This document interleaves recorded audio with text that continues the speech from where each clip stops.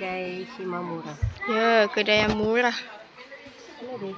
Widat nak beli kasut. Ya, Kuromi. Apa Mi exclusive in Japan? Ya, itu. Itulah Japan eksklusif.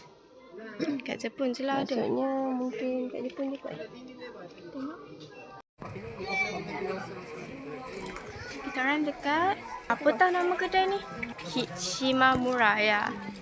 Like the bag choices are so nice. Banyak gila bag choices here. And I chose the white one. Look at the bag choices. There's a lot. And it is quite overwhelming. Wow. New shoes. Okay, buka. Buka. Ibaraki University. Daddy punya university kita nak pergi. Wow. The university. Daddy. Kita orang dekat Masjid Ar-Rahman Hitachi, Ibaraki. Rendah dia punya ceiling.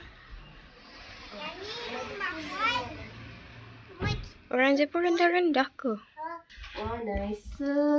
Toilet pun ada bidet. Bidet.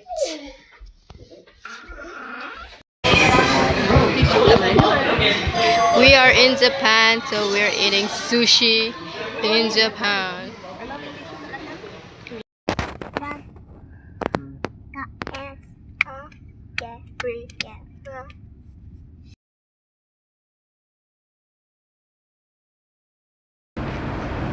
Okay, dekat sikit mami. Okay. Okay, kena mari dekat. Okay. Bye, 2025 kan? Okay. 1, 2, 3. Bye. 2025. Kat sini tak? Kita beli kamera. Tengok tu, dia cakap tak nice. Ya apa?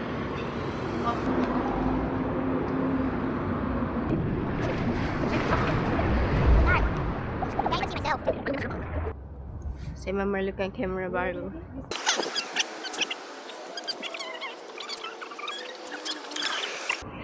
One, two, three.